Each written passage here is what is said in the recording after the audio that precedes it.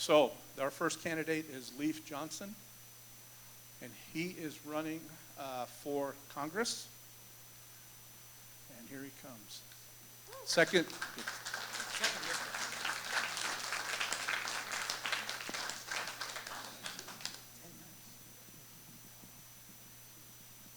Hi, like you said, my name's Leif Johnson. I'm running for Congress in the 2nd District. I've got a question for you. Do House of Representatives get unemployment? Well, we're going to have to ask Rick Larson, because he is definitely getting unemployment, because he's going down this time.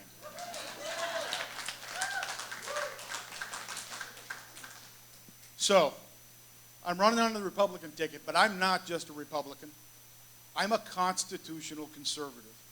And if you put me into office, I promise you, I will only vote constitutional. So don't get mad at me, because almost everything's going to be no, because these guys haven't read Article 1 of the Constitution. If they had read Article 1 of the Constitution, they would find that the House of Representatives' jobs are about this small. So I got a question for you. And I saw Robert Sutherland around here someplace. Why is Olympia only part-time for our representatives? Really? Because Article 10 of the Constitution, or 10th Amendment of the Constitution tells me, I got to correct myself right away, but the 10th Amendment states that if the Constitution does not give this power to the federal government, it belongs in the states. Does it look like the states are doing their job and the federal government isn't encroaching upon our states' rights? You are right. This is why I'm running for Congress, because these people don't know their jobs. And they have encroached upon us in the worst of ways. I mean, let's discuss inflation. So, do you know where inflation comes from? And no, it's not Vladimir Putin. Overspending is exactly it. One of the biggest jobs of Congress is to hold the purse strings. You must hold the budget. They've abdicated that job, and now they've spent $7 trillion in 16 months. $7 trillion, that's with a T.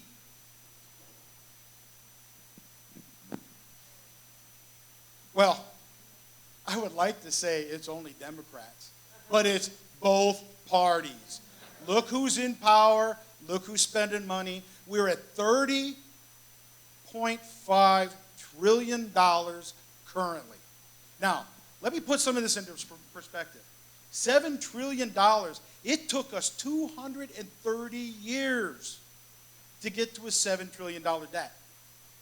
230 years. Yes, it's incredible. And now we're at 30.5, that fast. Tell me that's only the Democrats. It's everybody has got their hand in the candy bowl, and we have to stop it. The only way, thank you. And the only way we can stop this is constitutional conservatives. Because what is worse than a Democrat in office? A rhino and a weak Republican. Because if you vote just strictly down the R's, which a lot of people do, and they don't pay a lot of attention when they're in the primaries, we don't know what we're getting. I'm telling you, if we end up with a rhino, you're better with Rick Larson, because you know what he's going to do. And he's not going to be lying to you like these guys are. So, all right, again, pledge. Constitutional only. That is it. I have joined a group. It's called the America First PAC. So the America First PAC is P-A-C-T, not Political Action Committee. It's protecting America's Constitution and traditions. So there's 20-plus members. There's more, but we haven't got them all vetted yet. And they want to make sure that all of us are constitutional. The vetting is pretty intense. And we will go in together. We will go in together with pre-written legislation for some stuff like term limits. I'm adamantly for term limits. I've signed the pledge. I'm only going in for 3 terms. And I've heard some people say, well, the Constitution doesn't say term limits they're off the books. It's like, no, because originally the Senate was appointed by the state legislature. So the only popular vote for federal government was House of Representatives. And they were supposed to live in their neighborhoods, be regular people who work for a living, and not be as disconnected as these guys are. They are so disconnected. Well, let's get into some disconnected. They can legally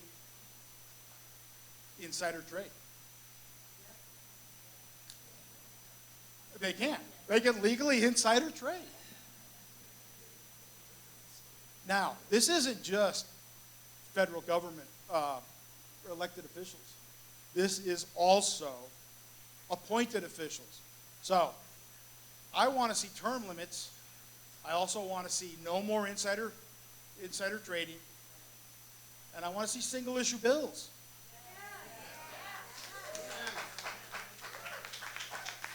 We can get this stuff in, and we can get it brought to the floor for a vote. We can definitely do this if we get enough people. So, like, if we get enough of the PAC members in, then what will happen is we'll have enough people to sponsor our bills and push them out of committee. Now, are we going to get term limits? Are we going to get single issue bills? Maybe not, but we need to speak about it.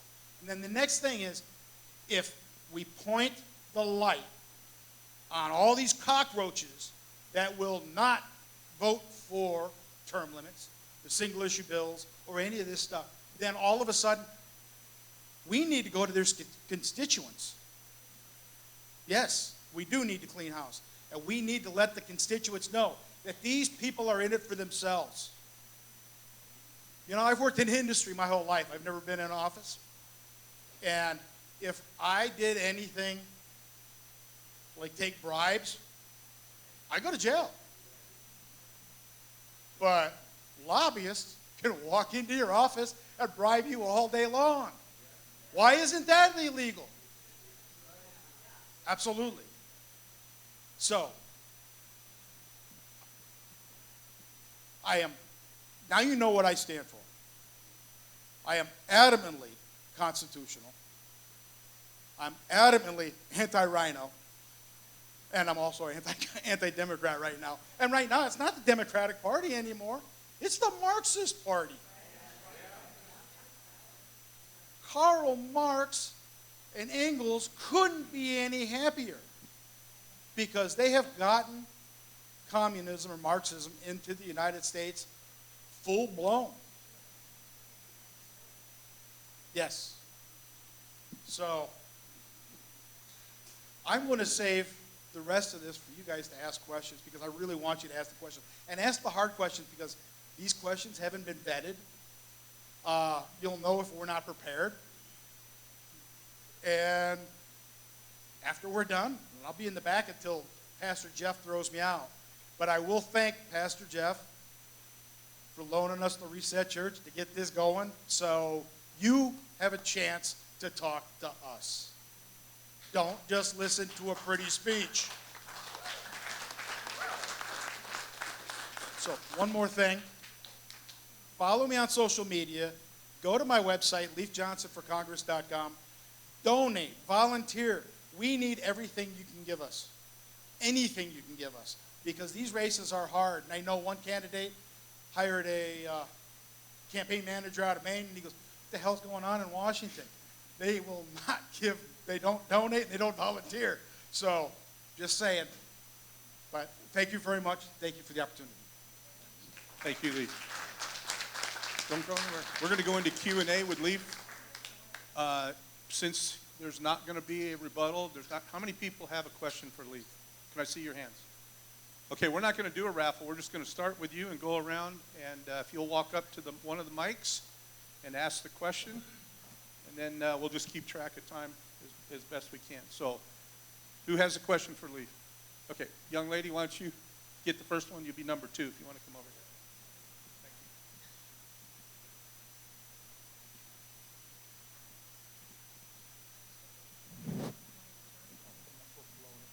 Sorry. Hi, Leif. Hi. What do you think matters most to constituents in your district, and what distinguishes you from the incumbent and your competitors? Thank you. Well, so since I'm one of my constituents in this district, I know for a fact when I go to the gas pump right now, when I go to the grocery store, the prices are through the roof. And everybody I'm talking to has the same problem. This is what matters. Am I wrong? No. Well, so while they're shutting down oil fields in Alaska, it's either 27 or 29 leases have been shut down. Now they just said there's a moratorium on drilling and natural gas drilling off the coasts. You think this isn't planned? I do too. What separates me from my constituent? My constituent's been part of the party that, or not my opponent, the incumbent, has been part of the party that has put us here. What separates me from the other ones? I'm telling you, if there would have been somebody who stood up with my values, constitutional, conservative, for term limits, for single issue bills, for these simple things, we wouldn't be here. I wouldn't be up here talking to you people. I really wouldn't. I would be at home playing with my grandbabies. But this is a calling. Somebody has to do this. Does that answer your question?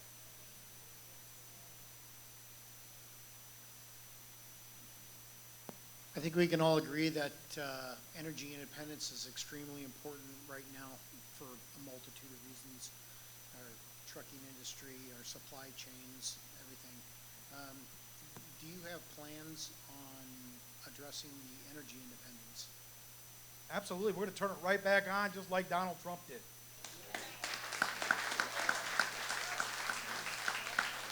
Now, I'm going to add to this a little bit because I've been reading the Constitution a little bit.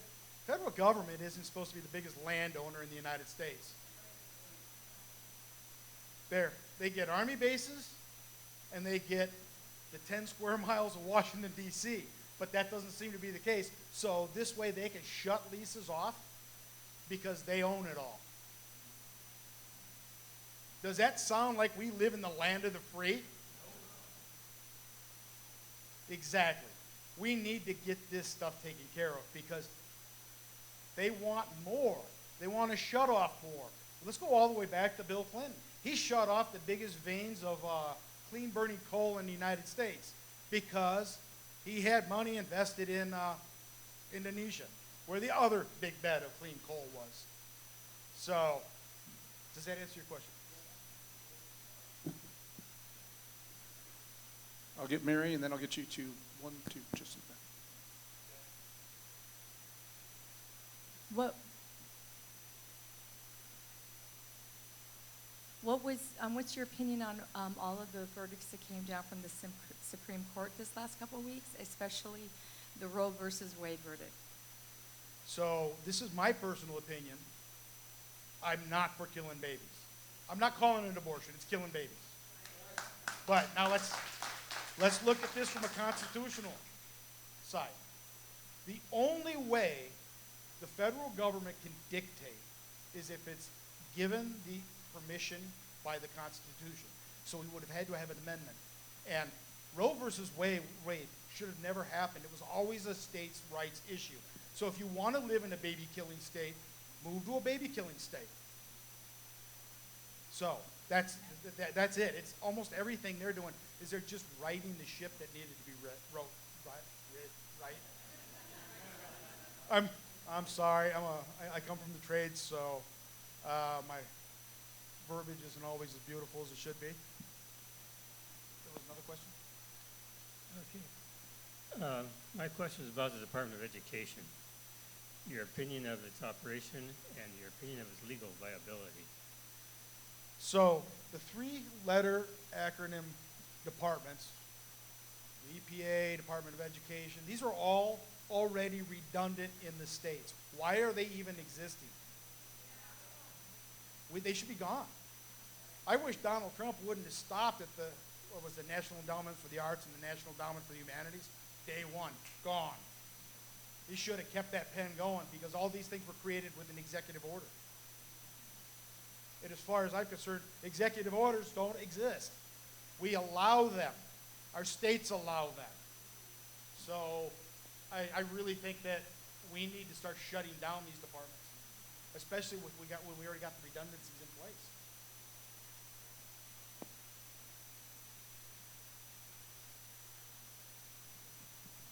Hi, Congressman, and I'm going to call you Congressman so you can get used to it.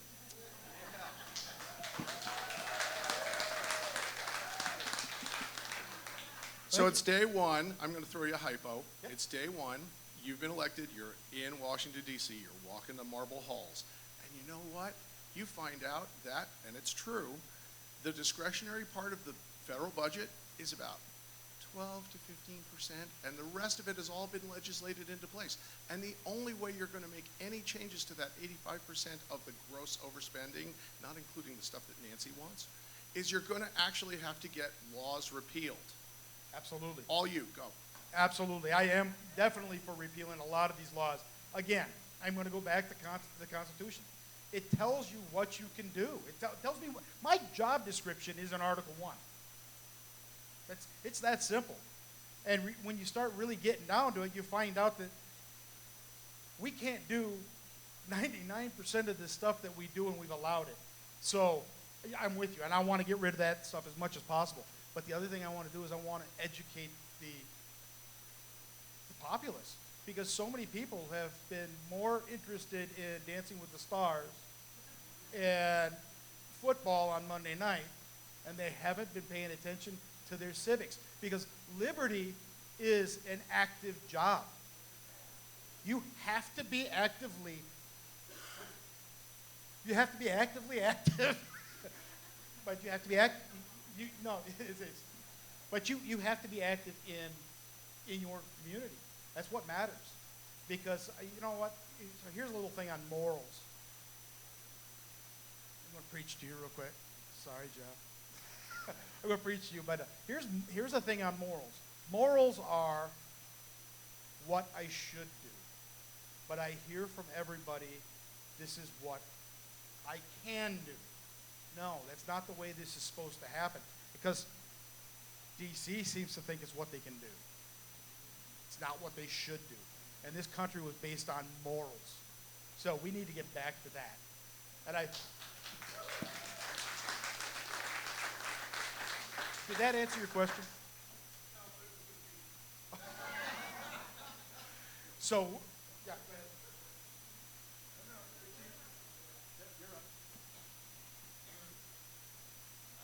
So would you be in favor of decriminalizing things like drugs and prostitution at the federal level?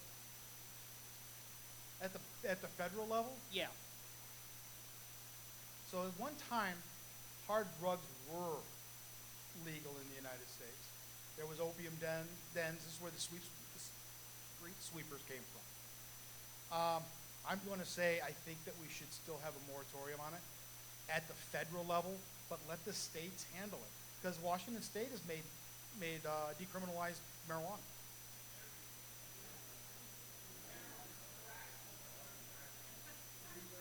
So, I'm a big fan of the states handling this stuff, because I don't even think we need a Department of a DEA, because the states already have narcotics divisions.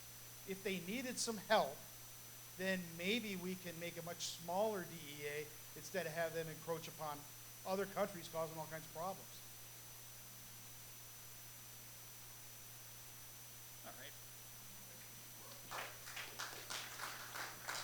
right. One more question. My question is, when you're elected office, what will you do in response to a broader base of what we, the people, are represented, say in the rainbow of we, the people, in the Conservative Party, to allow open doors and acceptability with those constituents. So one of the things I want to do is have 3 offices in district instead of just one centralized in Everett. I want to have them manned, and when I'm not in DC, I will be in those offices. Because why is it, if I work in the public sector, I have to take vacation days?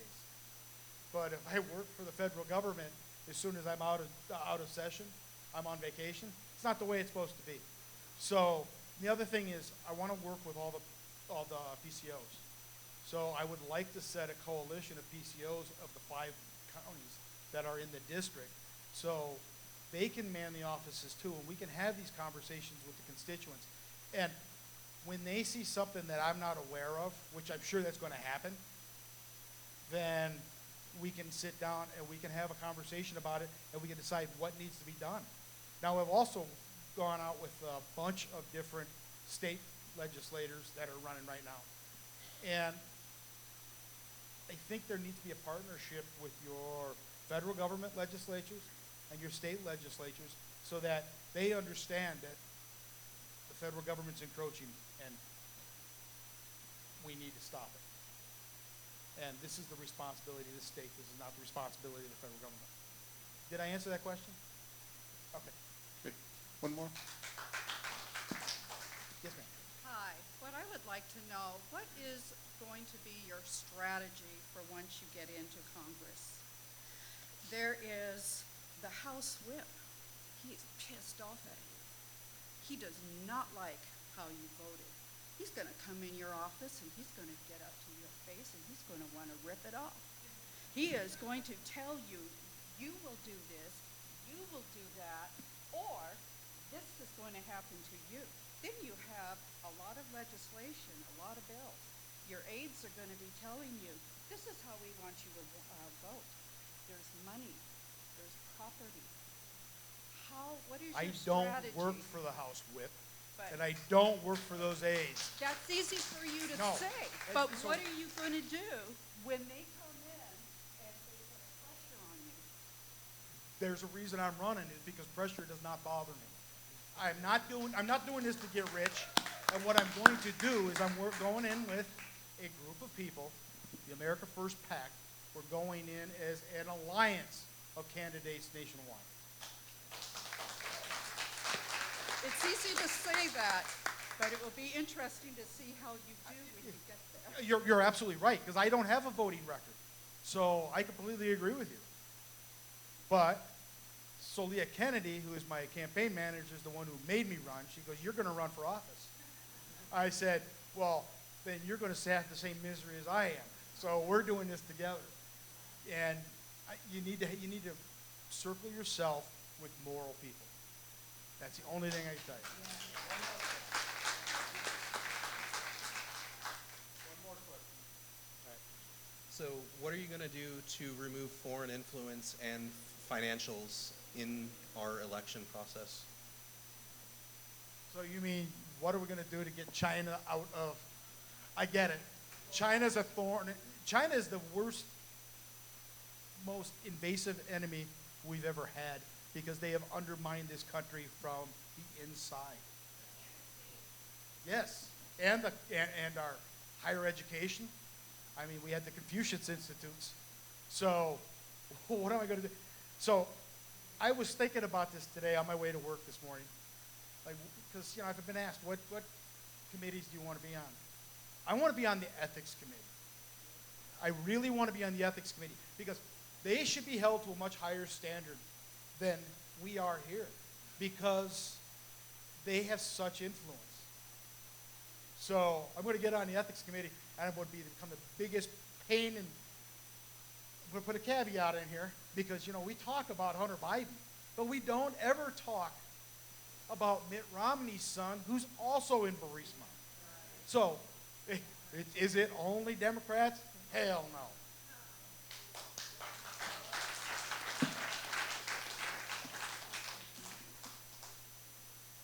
Yes, ma'am.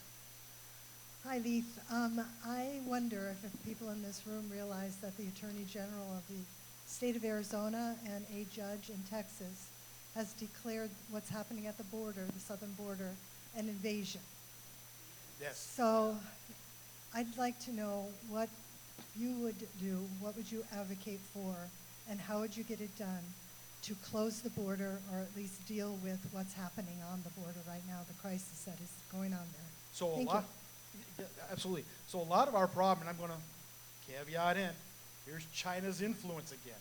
Because China is funneling in fentanyl across the border through the cartels. And the cartels down there are armed better than the federales in Mexico. So what we're going to do is we're going to put a stay in Mexico, like back in. I'm for building the wall, but I'm for declaring the cartels terrorist organizations. Now, I would bet if we get the right people in Mexico, they would agree and they would allow us to go in there and take some of this problem out. And I know there's other people said that because I've had this conversation with Black Ops guys, and they said, well, you cut the head off and another one comes up. It's like a hydra. But I'm willing to cut that head off, start someplace. Okay. I got to stop you. Yep. Okay, we're done. Sorry, I could do this all night. Thank you very much. I'm honored that you guys put this together for us. Give them a good round. Come on, guys.